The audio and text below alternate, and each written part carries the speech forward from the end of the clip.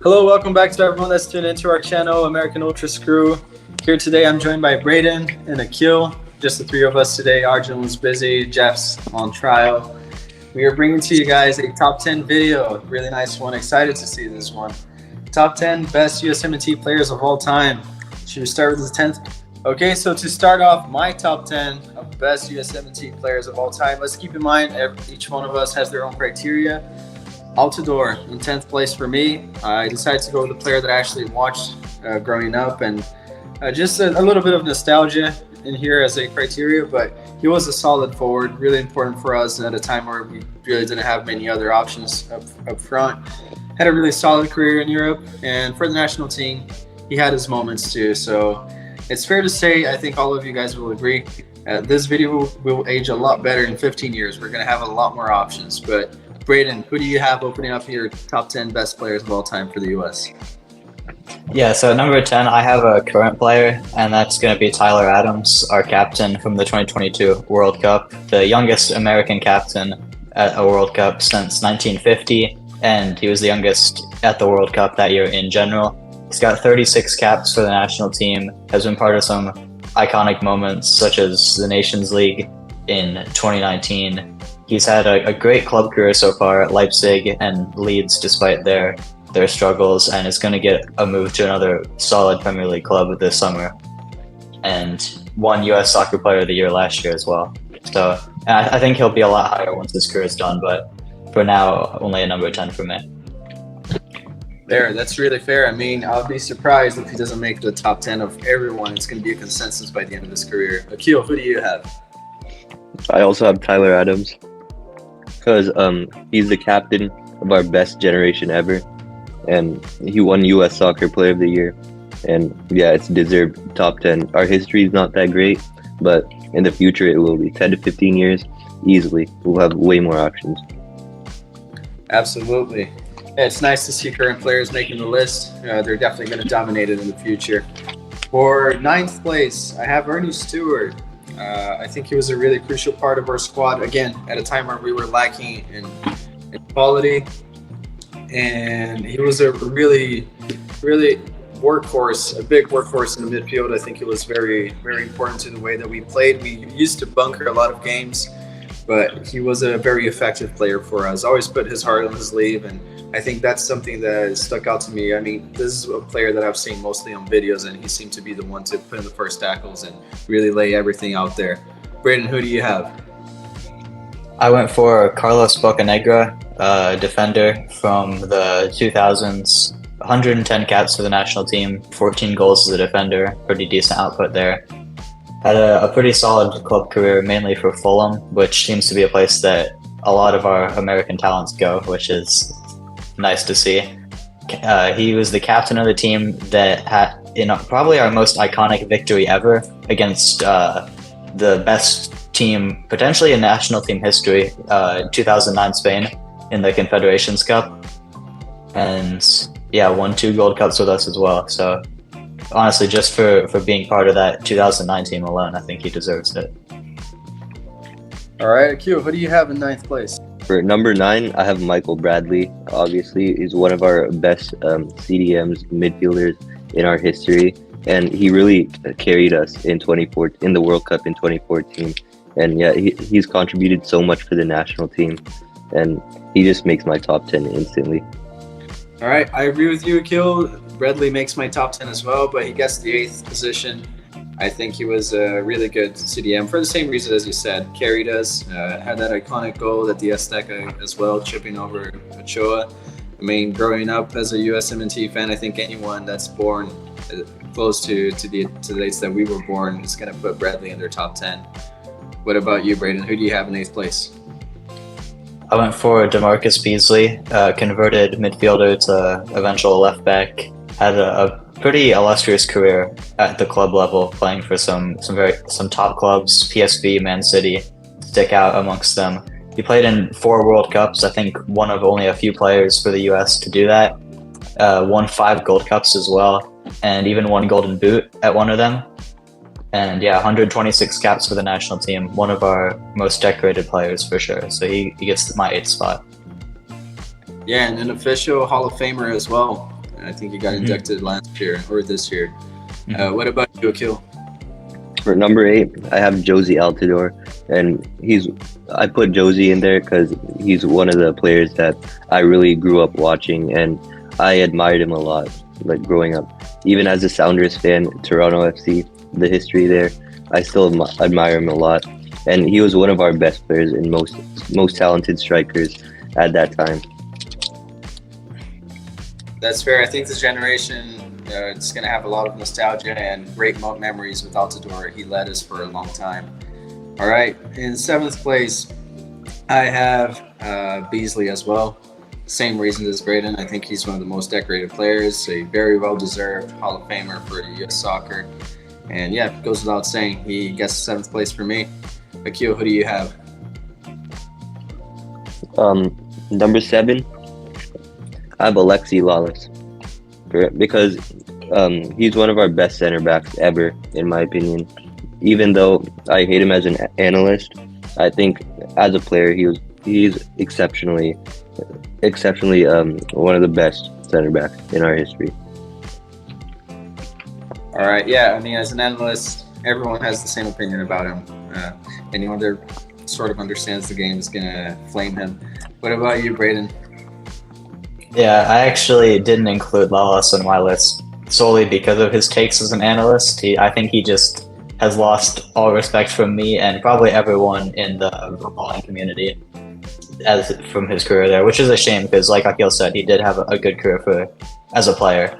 But for number 7, I went for Michael Bradley, a bit higher than you guys had him, but I think his resume kind of speaks for itself. 151 caps for the national team, scored some key goals, like obviously that chip against Mexico, one of probably the best goals we've ever scored to this day. Had a great career for Roma and Toronto, one of Toronto's main players throughout their MLS dominance in the 2010s. And yeah, won 4 Gold Cups as well, including the Golden Ball in 2017, and was just a really key player in the last decade for us. That's fair. 6th place, getting closer to our top 5. I have Tim Howard. I don't know if it's too low on the list, but to me, Howard was a really, really good player, solid prem. I think it's fair to say he's an icon, an iconic player for Everton. He had his time at Man United as well, didn't get much playing time, but just the fact that a club like that was willing to take an American player. I know Brad Friedel paved the way for the image that American goalkeepers are good, but I think Howard was really important for us. 2014, just a really, really good goalkeeper. I think probably the best that we ever produced. Who do you have edging your top 5, Braden? So at number 6, I've had Brian McBride, another USMNT Fulham player. A striker for us, 30 goals, almost 100 caps. Didn't get there in the end because of a somewhat early retirement, I would say. But one of our best goal scorers ever, I think it's fair to say. Played at 3 World Cups, scored some goals there. Won MVP and Golden Shoe at the 2002 Gold Cup as well. So number 6 for me. All right, Akil, who do you have? For number 6, I also have Brian McBride, as same as Braden. He had over 100 goals in his playing career, and one of the first Americans to score 30 or more goals in the Premier League. All right, yeah, that's a good shot. He didn't make my top 10, honestly. He is in the honorable mentions alongside Friedel. I think Friedel kind of deserved it, but I can't really put him when I didn't watch him that much. For my 5th place, the best analyst of the game, Alexi Lawless, makes it. I think it's fair to say that his stakes have tarnished his reputation. Like Braden said, it's a shame that it did, but just based as well on the image of outside of the United States. Whenever I go to Italy or here in Brazil with my family, I visit my Brazilian family, everyone thinks Lawless was such a solid defender. And I've seen a lot of clips from him, had the opportunity to watch some full games that are recorded on YouTube, and he really was a good player. Stuck out as probably our best player in the 94, playing at home. I mean, he saved us from really having a Qatar sort of run, so I have to put him there in my top 5, even though he's the worst analyst of the game. I don't even think that his mom probably thinks that he's a good analyst. But Braden, who do you have making it starting that top 5? Yeah, I thought it was interesting that you mentioned you didn't have him in your list. I have Brad Friedel at number 5. Like you said earlier, he definitely paved the way for American goalkeepers. Later, Tim Howard, obviously. We've got Matt Turner now in the Prem as well. And yeah, was very, very solid in the Prem for Blackburn and Villa primarily. Tottenham as well a little bit. He actually got the most clean sheets in the Prem in 2002-2003 season. Had 82 caps for the US, and I would say his US career wasn't as good as some of the players below him, but his overall career was better. So that's why he's in my top 5. Yeah, that's super fair. He also paved the way for Guzan as well going there. So yeah, just a really good goalkeeper. But Akil, who do you have starting your top 5? So yeah, I had Brad Friedel. He's one of our best keepers to ever play in the Premier League. Even though his USA career wasn't that great, he was still a legend for us in the Premier League. All right, 4th place, I have Wijnaldum. Just for, honestly, I think his US career, his national team career, similar to Donovan, who's going to be on my list, obviously, was way better than club career. He was the first American-born player to play in the Bundesliga. He scored against Argentina and Chile when we played the Copa America. At the time that he retired, he was our all-time leading goal scorer. So the guy has had a really good career for us. Scored at the World Cup as well, a banger of a free kick. So, I mean, Wijnaldum has to make it, in my opinion. He was one of the first silky Americans, I think, that the world realized that this guy can actually play at a top 5 league. It's a shame that he didn't actually stay in the top 5 leagues. Both his clubs got relegated, but both times he was actually important and scored over 15 goals for his first club in Germany. So he gets 4th place for me. What about you, Akil? So number 5, I have Claudio Reyna, and obviously Gio Reyna's father. He was 4th, and he's Gio Reyna's father, obviously, and in the Premier League, he did great things for Man City before they got the oil money and started winning all their trophies. And yeah, he's basically another Premier League legend as an American, and that feels good. All right, yeah. I mean, I'm just going to make a disclaimer for my list. He didn't make it because he got a disqualification for the whole Greg drama, but I know that's unfair. That's a completely fair take to put him there, Akil. I think to judge him on his playing career, he deserves to be there. Just forgot to mention, Wijnaldum was also the U.S. Player of the Decade, so that's one of the things that made me put him there. Braden, who do you have in 4th place? Yeah, I also disqualified Claudio Reyna for his treatment of Gio and Greg. I just thought it was childish, and like Wallace, made me lose all respect for him. And if this hurts Gio's career in the future with the U.S. men's national team, I think that he would have done more harm than good, as sad as it is to say, considering how good of a player he was. But at number 4 for me, I had Captain America, Christian Pulisic. I think when it's all said and done, he'll be number 1 by the end of his career, at least if things keep going as we expect them to. But he's already got 25 goals for the national team, well on pace to become our all-time leading scorer, and then some. One of I think probably the most talented American we've ever had, I think it's fair to say. Broke into Dortmund at, I think, 17. Such a young age, was a key player for them. Showed his class at Chelsea as well sometimes. He scored a very iconic goal, which I have behind me in my background, against Mexico to win the Nations League. Shout out to Horvath for saving that pen as well. But yeah, scored a goal and got to assist at the most recent World Cup. He's already won 2 Nations Leagues for us and should be absolutely key in 2026 when we host the World Cup again. Love that. Yeah, I have a current player starting my top 3. Jesus Pereira. No, I'm just kidding. I'm going with Pulisic as well, because he is, like you said, an iconic player for us already. He's still young, and he's been around for such a long time. I can't even believe his age. But like you said, Braden, when it's all said and done, I think he's going to be undeniably the best talent that we ever produced. And I mean, he was crucial to a Champions League winning campaign. I mean, that speaks for itself. And I hope that next year, Copa America, and then 26, even 30, he is going to be huge for us going forward. So he starts my top three. Who do you have starting the top three, Akil? Okay, so top three, I'm Tim Howard starting at third. I think he's our greatest goalkeeper of all time, and that says enough. All right, you, Brandon? I went for Landon Donovan. Tied for our highest goal scorer ever, along with Glenn Dempsey, obviously, with 57. It's a shame that he didn't play in Europe for his career, because I think he definitely would have done a job, but one of the first MLS icons with LA Galaxy, and I think really paved the way for MLS to start getting bigger alongside, obviously, some foreign players like David Beckham, but definitely the best American in MLS history, in my opinion, and was great for us as well. Scored that iconic goal against Algeria in the 2010 World Cup, won 4 Gold Cups for us, and yeah, I think he's deserving of a top 3 spot. Yeah, and the 2009 Confederations Cup, as a kid, I was going mental with his performances. He was really good as well. And I mean, he can retire saying that he's already retired, but he can say that he scored a goal in the Prem when he was on loan at Everton. He had that part-time job going to Everton every now and again. But yeah, he's my second best player.